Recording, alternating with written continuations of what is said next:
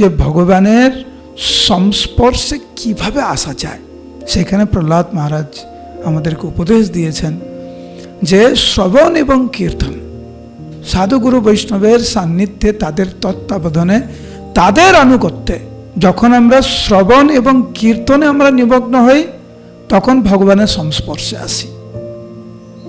এবং যখন আমরা ভগবানের সংস্পর্শে আসি, তখন জন্ম মৃত্যু জরা ব্যাধির যে চক্রে, সেটা সম্পূর্ণরূপে স্তব্ধ হয়, নচেত নয়।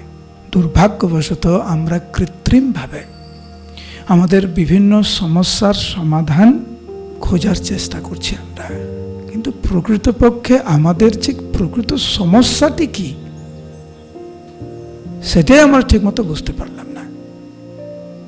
সেই জন্য প্রহ্লাদ মহারাজ ওনার বন্ধুদেরকে বলছেন যে তোমরা আর সময় নষ্ট করো না, আর সময় নষ্ট না করে তোমাদের অন্তরের অন্তঃস্থলে সেই অন্তর্যামী পরমেশ্বরের ধ্যান করে তার আরাধনা করো।